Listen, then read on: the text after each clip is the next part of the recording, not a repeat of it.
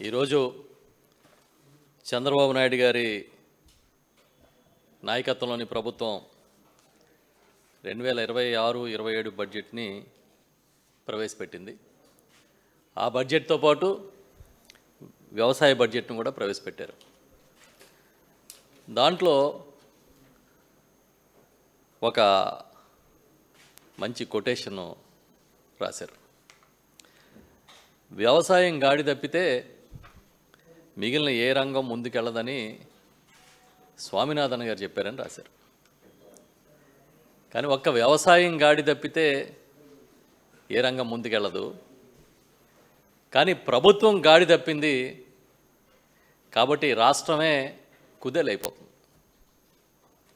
ప్రభుత్వం గాడి తప్పిందనేది ఇవాళ పెట్టిన బడ్జెట్లో చాలా స్పష్టంగా మనకి అర్థమవుతుంది. ఈ గాడి తప్పిన ప్రభుత్వం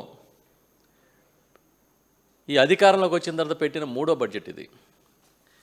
మూడో బడ్జెట్ అంటే దాదాపు 60% సమయం వారికి ఇచ్చిన 5 ఏళ్లలో 60% కాలానికి వీళ్ళ బడ్జెట్ కేవలం గొప్పలు చెప్పుకోవడానికి, వాళ్ళ మార్కెటింగ్ చేసుకోవడానికి, వాళ్ళ జబ్బలు వాళ్ళే చర్చుకోవడానికే ఎక్కువ ప్రాధాన్యత ఇచ్చారు.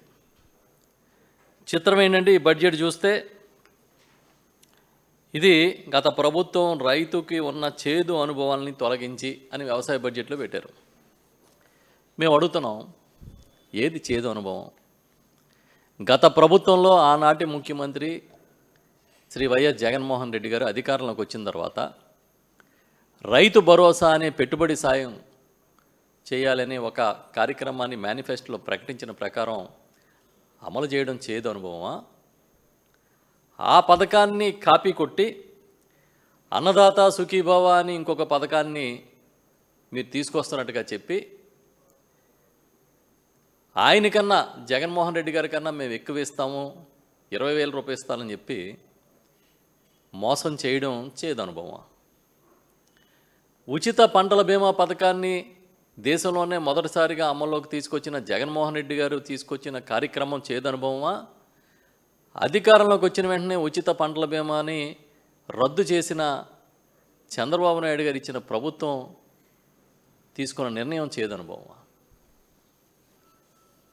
ఏ సీజన్లో పంట నష్టపోతే ప్రకృతి విపత్తుల వల్ల ఆ సీజన్లోనే ఇన్పుట్ సబ్సిడీని ఇస్తాను, పెట్టుబడి సాయాన్ని, పెట్టుబడి నష్టపరిహారాన్ని ఇస్తాను అని చెప్పి దాన్ని చెప్పింది చెప్పినట్టుగా అమలు చేసిన జగన్మోహన్ రెడ్డి గారు తీసుకున్న నిర్ణయం చేదు అనుభవమా? ఇవాళ వరకు మోంతా తుఫాన్తో సహా ఏ సైక్లోన్ వచ్చినా కూడా పంట నష్టపోయిన రైతులకి 10 రూపాయలు సాయం చేయకపోవడం అనేది చేదు అనుభవమా? ఇదే కాదు, మీరు ఏదైనా తీసుకోండి, మార్కెట్ ఇంటర్వెన్షన్ అనేది ఒక గొప్ప ఉద్యమంలాగా జగన్మోహన్ రెడ్డి గారి నాయకత్వంలో ఆ రోజు జరిగితే ఇవాళ ఏ పంట అయినా మీరు చెప్పండి, ఉల్లి, పసుపు, మిర్చి, టమోటో, మామిడి, మొక్కజొన్న, శనగ, అన్ని పంటల రైతులు కూడా కుదేలైపోవడం, వాళ్ళు కుదేలైపోయి మార్కెట్లో పెట్టుబడి కూడా వెనక్కి రాని విధంగా ధరల పతనం అయిపోతే దిక్కుదోచని స్థితిలోకి రైతాంగం కూరుకుపోవడం చేదు అనుభవమా? మీరు ఏ పంట అయినా పండించండి, మేము ప్రకటించిన రేట్లకి ఎంఎస్పికి మేము కొనుగోలు చేస్తాం, కేంద్ర ప్రభుత్వం ఇచ్చిన కొన్ని ఎంఎస్పి పంటల పట్టికే కాకుండా మేము అదనంగా కొన్ని పంటలకు కూడా రాష్ట్ర ప్రభుత్వమే ఎంఎస్పి ప్రకటిస్తుందని జగన్మోహన్ రెడ్డి గారు ఆ రోజు తీసుకున్న నిర్ణయం చేదు అనుభవమా? ఏది చేదు అనుభవం? గత ప్రభుత్వం అంటే ఈనాటి ప్రభుత్వం అధికారంలోకి వచ్చినప్పటి నుంచి ఇప్పటి వరకు మొత్తం వ్యవసాయ రంగాన్ని కుదేలు చేసేటట్టుగా, నిర్వీర్యం చేసేటట్టుగా పనిచేస్తూ,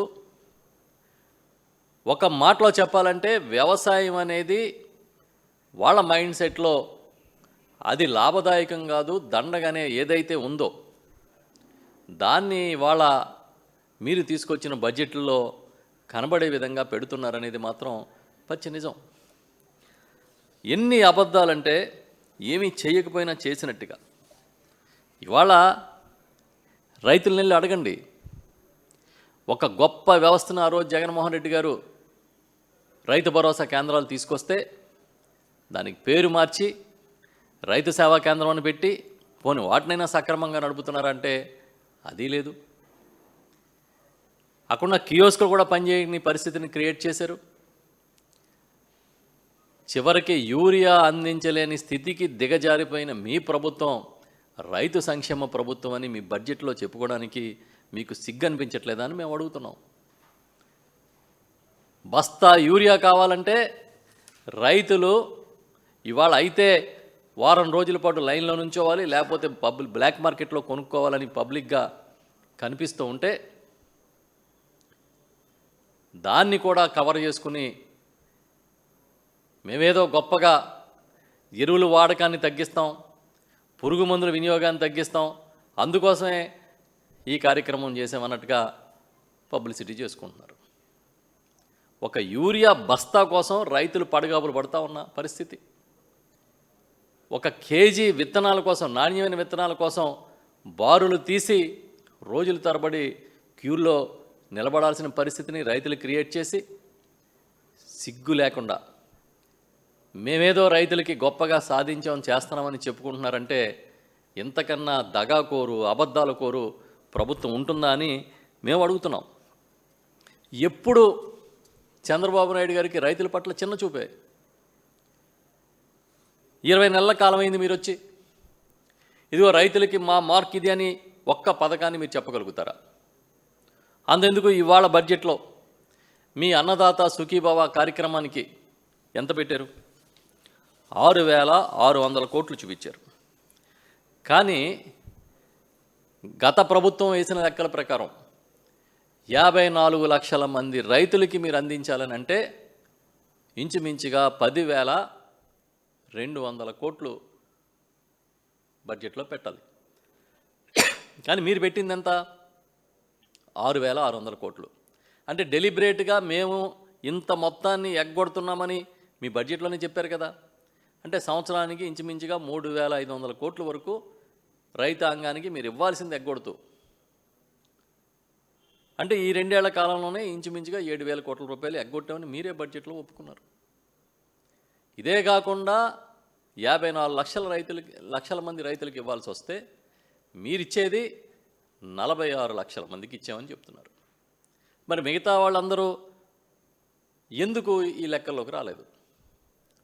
అయితే వ్యవసాయాన్ని వదిలేసి రైతులు కూలీలుగానో లేదంటే ఈ ప్రభుత్వం చేయూతను అందించకపోవడం వల్ల ఇది చేయలేమనే పరిస్థితికి రావడం, లేదా మీరే ఉద్దేశపూర్వకంగా రైతాంగాన్ని ఆ లెక్కల్ని తక్కువ చేసే విధంగా నిబంధనలు విధించి ఇబ్బంది పెట్టడం, ఈ రెండిట్లో ఏదో ఒకటి జరిగి ఉంటుంది. ఇదే కాదు, మీ బడ్జెట్లో ఎక్కడైనా కౌలు రైతులు అనే పదానన్నా మీరు తీసుకొచ్చారా? కౌలు రైతులకి ఇది చేసామని కానీ ఇది చేస్తామని కానీ మీరు ఎందుకు చెప్పలేకపోయారు? అంటే ఈ రాష్ట్రంలో కౌలు రైతులు లేరనా? లేకపోతే కౌలు రైతుల్ని ప్రభుత్వం గుర్తించదనా? మేము సూటిగా అడుగుతాం, చెప్పండి. మీరు చెప్పిన ప్రకారం అన్నదాత సుఖీభవ పథకంలో కౌలు రైతులకి మీరు ఇవ్వాలి. కానీ ఎప్పుడన్నా ఇచ్చారా? ఒక్క రూపాయైనా మీ ప్రభుత్వం వచ్చిన తర్వాత కౌలు రైతులకి ఎందుకు ఇవ్వలేదు? పోనీ ఈ బడ్జెట్లో అయినా కౌలు రైతులకి ఇస్తామని ఎందుకు చెప్పలేదు? అంటే కౌలు రైతులకి ఎత్తేసినట్టే కదా. కౌలు రైతుల్ని పట్టించుకోమని మీరు చెప్పడమే కదా.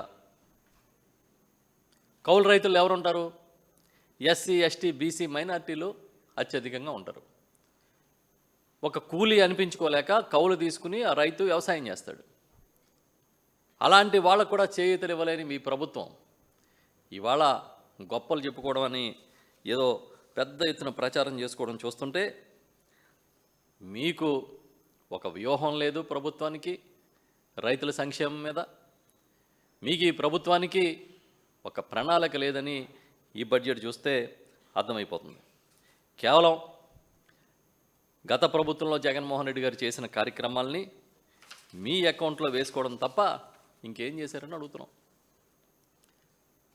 ధరల స్థిరీకరణ నిధి ప్రతి ఏటా గత ప్రభుత్వంలో 2019-24 మధ్య జగన్మోహన్ రెడ్డి గారు ముఖ్యమంత్రిగా ఉండగా వైఎస్ఆర్సీపీ ప్రభుత్వం సంవత్సరానికి 3,000 కోట్ల రూపాయలు కేటాయించింది.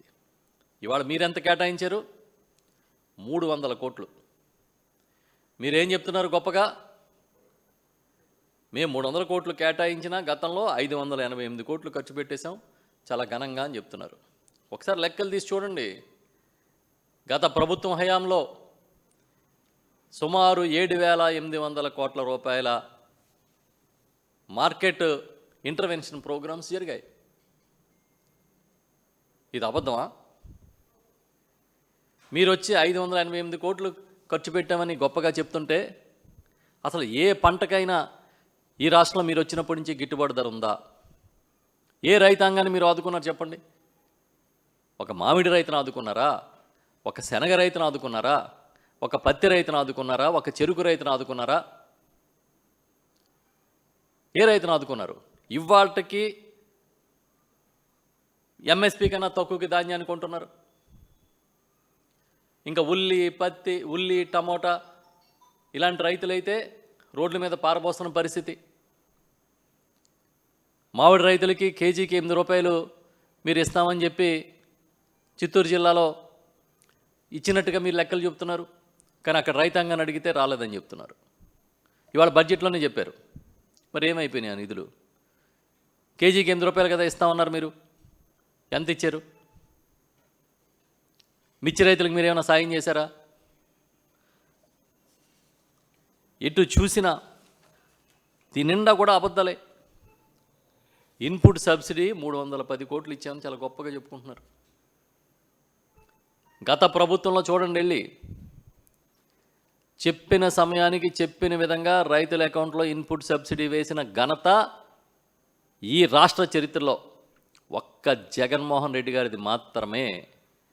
ఆయనతో మీరు వ్యవసాయానికి సంబంధించి పోలిక కూడా చేసుకోలేరు. వ్యవసాయంలో ఏ విభాగమైనా తీసుకోండి, ఏ రంగమైనా తీసుకోండి, ఒక ఆక్వాకల్చర్ అవ్వచ్చు, ఒక హార్టికల్చర్ అవ్వచ్చు, జగన్మోహన్ రెడ్డి గారిని పోల్చుకునే అవకాశమే మీకు లేదు. 3,000 కోట్ల ధరల స్థిరీకరణ నిధిని బడ్జెట్లో పెట్టిన జగన్మోహన్ రెడ్డి గారు ఎక్కడ? 300 కోట్లు బడ్జెట్లో పెట్టి అదే గొప్పగా చెప్పుకున్న మీ ప్రభుత్వం ఎక్కడ అని అడుగుతున్నాం మేము. ఇదే కాదు, అసలు క్రాప్ ఇన్సూరెన్స్, ఉచిత పంటల బీమా పథకం, మీరు ఈ క్రాప్ నమోదు చేసుకుంటే ఉచిత పంటల బీమా పథకంలో మీరు నమోదవుతారు.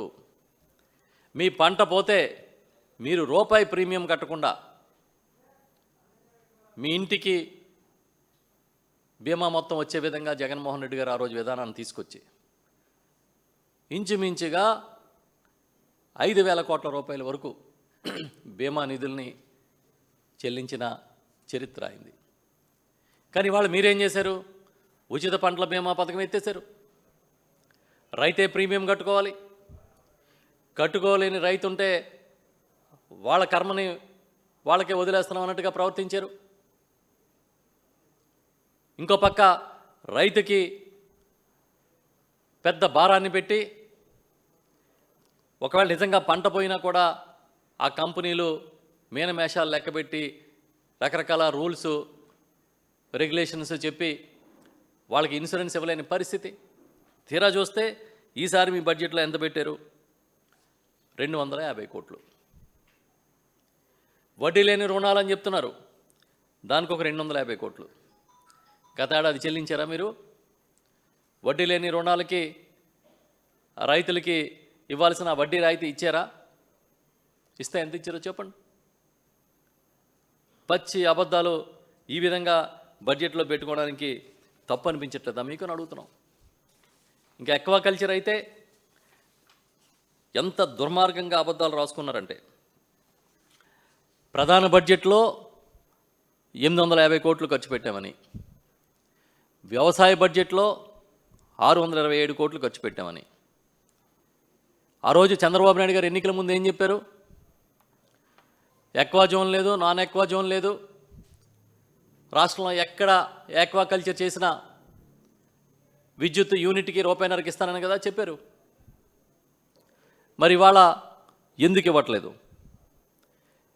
ఆక్వాజోన్లో మాత్రమే జగన్మోహన్ రెడ్డి గారు చివరి 2 సంవత్సరాలు తీసుకొచ్చిన విధంగా 10 ఎకరాల లోపు ఉన్న రైతులకి మాత్రమే రూపాయిన్నర ఇచ్చి మిగతా అందరికీ ఎందుకు ఎగ్గొట్టారు? మళ్ళీ ఇప్పుడు కాలయాపన చేయడం కోసం డిస్ట్రిక్ట్ లెవెల్ కమిటీలో నమోదు చేసుకోవాలని, అప్సడాలో నమోదు చేసుకోవాలని రూల్స్ తీసుకొచ్చి రైతుల్ని ఆందోళనకు గురి చేస్తే మొన్ననే రైతాంగం ఆక్వా రైతులు సమావేశం పెట్టుకుని ఈ ప్రభుత్వం చేస్తున్న చర్యల్ని ఖండించిన విషయం మీకు తెలీదా?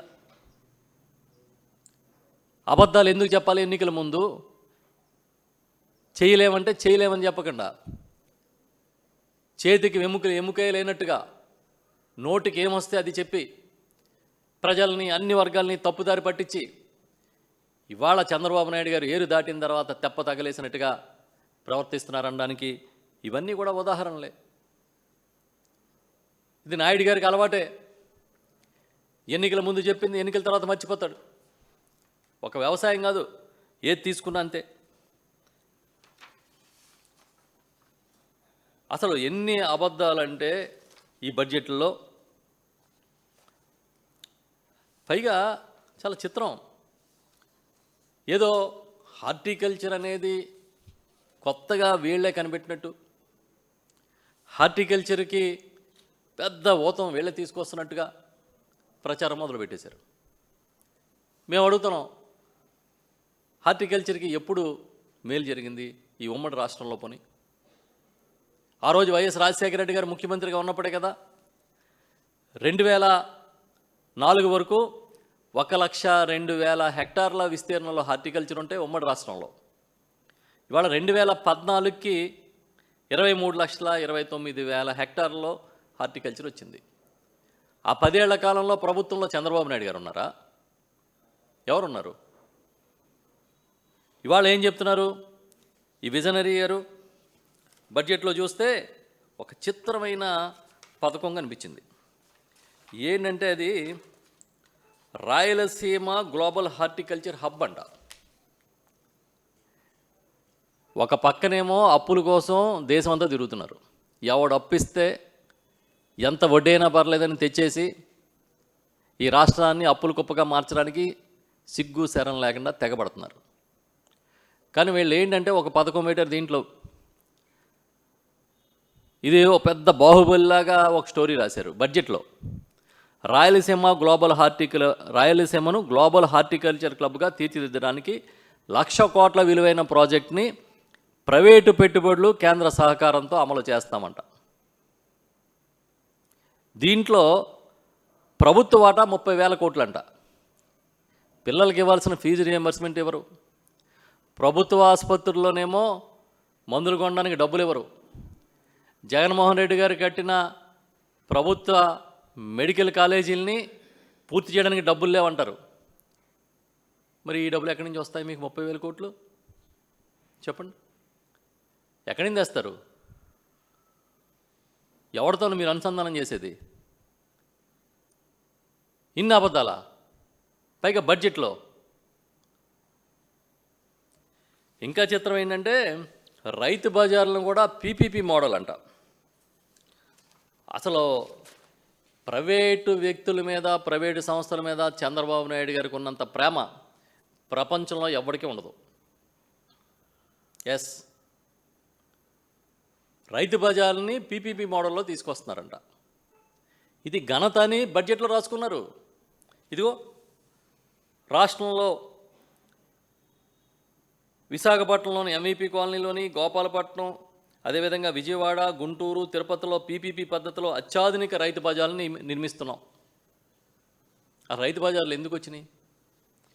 రైతుల ఉత్పత్తులు నేరుగా తెచ్చి కన్జ్యూమర్స్కి, వినియోగదారులకి అమ్ముకుంటే దళారుల వ్యవస్థ పోతుందని చెప్పి రైతు బజార్లు కాన్సెప్ట్ వచ్చింది. ఇప్పుడు మీరు రైతు బజార్లను కూడా తీసుకొచ్చి ప్రైవేట్ వాళ్ళకి ఇచ్చేస్తున్నారా? ఇంకేం మిగులుద్దాం అనుకుంటున్నారు ఈ రాష్ట్రంలో? ప్రైవేట్ వాళ్ళు లేని విధంగా ఏం చేస్తారు?